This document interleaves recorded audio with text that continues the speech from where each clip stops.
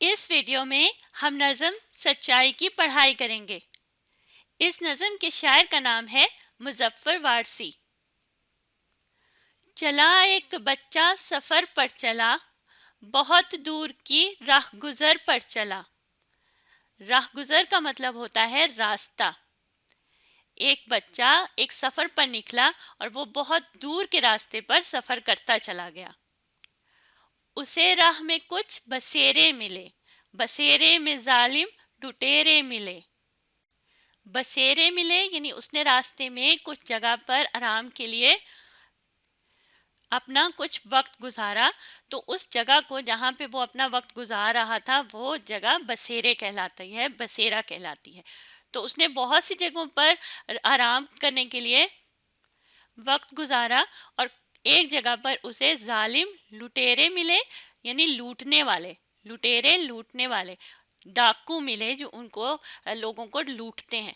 तो पुराने ज़माने में लोग इस तरह से सफ़र किया करते थे और रास्ते में जंगल भी आते थे और वीरान जगह भी आती थी, तो वहाँ वो जालिम लुटेरे डाकू खड़े होते थे और वो उन मुसाफिरों को लूट लिया करते थे। लुटेरों ने जामा तलाशी भी ली, मगर उसकी जेबों में कौड़ी न थी। उन लुटेरों ने जामा कपड़ों की तलाशी भी ली, हर तरह से उसकी तलाशी ली कि इसके पास कोई चीज़ है या नहीं है, तो उसकी जेबों में कुछ भी ना मिला, कौड़ी कोई पैसा ना मिला, कोई किसी किस्म की भी चीज़ उसकी जेबों में मौजूद नहीं थी। उन्होंने कहा, लड़के तू ही बता, तेरे पास पैसा नहीं कोई क्या? तो वो डाकू जो थे उन्होंने जब उसकी जेबों की तलाशी ली और उनको कुछ भी ना मिला, तो उन्होंने उस लड़के से पूछा कि क्या तुम्हारे पास कुछ भी नहीं है, कोई पैसा मौजूद नहीं है? वो बोला, रकम है छुपाई हुई, है कुर्ते के अंदर सिलाई हुई। वो लड़का बोला कि रकम है मेरे पास पैसा मौजूद है, लेकिन वो छुपा हुआ है। वो कुर्ते के अंदर, कुर्ता कमीज को कहते हैं, कमीज के अंदर सिला हुआ है। कुर्ते में वो जो रकम है, वो जो पैसा है, वो सिलाई हुआ है, इसलिए तुम लोगों को वो नहीं मिल रहा। वो बोले, रकम का पता क्यों दिया, हमें भेद अपना बता क्यों दिया? रकम का पता हमें तुमने क्यों दिया है? भेद राज को कहते हैं या छुपी हुई बात।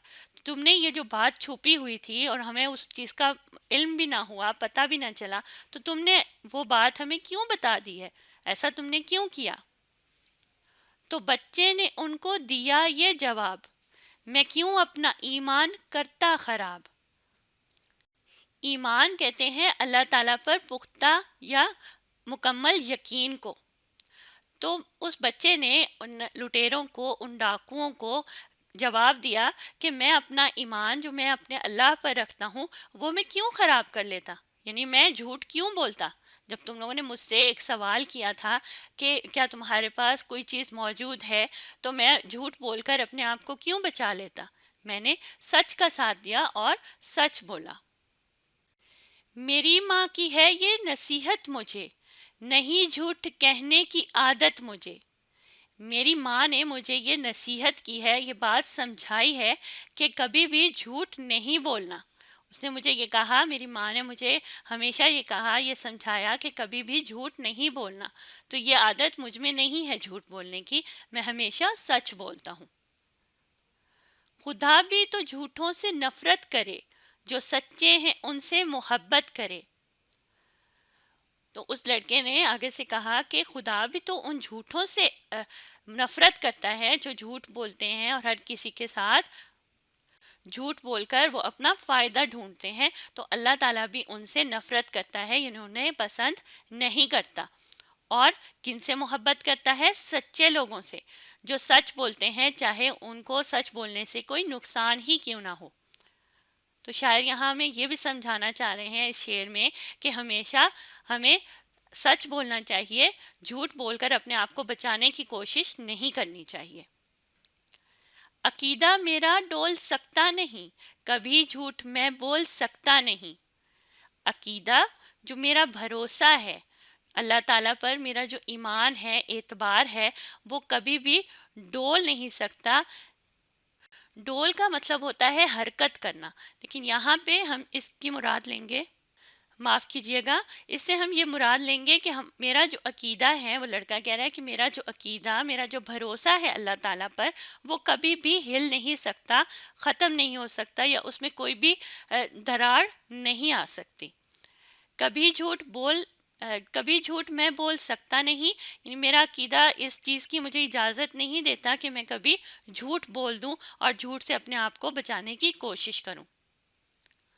سنا یہ تو حیران ڈاکو ہوئے، وہ بچے کے آگے دو زانوں ہوئے۔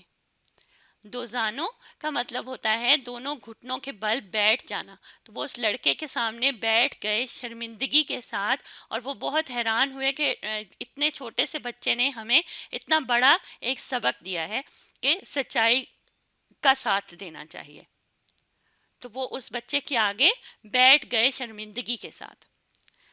ادب سے اسے پیار کرنے لگے، صداقت کا اقرار کرنے لگے۔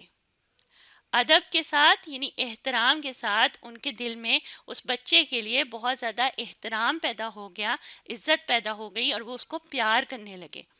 صداقت کا اقرار، صداقت کا مطلب ہوتا ہے سچائی کا اقرار کرنا، اس بات کو قبول کرنا۔ تو وہ اس بات کو قبول کرنے لگے کہ سچائی جو ہے وہ صحیح ہوتی ہے۔ ڈکیتی سے توبہ لٹیروں نے کی، اجالوں سے الفت اندھیروں نے کی۔ ڈکیتی جو لوٹ مار وہ کرتے تھے، مسافروں کو لوٹ لیتے تھے، ان کا سامان، ان کے پاس جو رقم ہوتی تھی اس کو وہ لوٹتے تھے، تو لٹیروں نے آج سے اس بات سے، اس کام سے توبہ کر لی کہ آئندہ ہم یہ کام نہیں کریں گے۔ اجالوں سے الفت، اجالا روشنی کو کہتے ہیں، الفت محبت کو یا پیار کو کہتے ہیں۔ تو ان ڈاکوؤں نے روشنی سے محبت اپنے اندر پیدا کی۔ پہلے وہ اندھیروں میں تھے، یعنی ان کو صحیح بات کا علم نہیں تھا، لیکن جب انہیں یہ پتہ چلا کہ سچائی ہی صحیح ہوتی ہے، اللہ پہ یقین ہی اچھا ہوتا ہے، تو انہوں نے اس روشنی کی طرف اپنی نظر دوڑائی، اور اس سے پیار کرنے کی ان کے اندر ایک جستجو یا آرزو، خواہش پیدا ہوئی۔ مدد سچے لوگوں کی ہے غیب سے، بچاتی ہے سچائی ہر عیب سے۔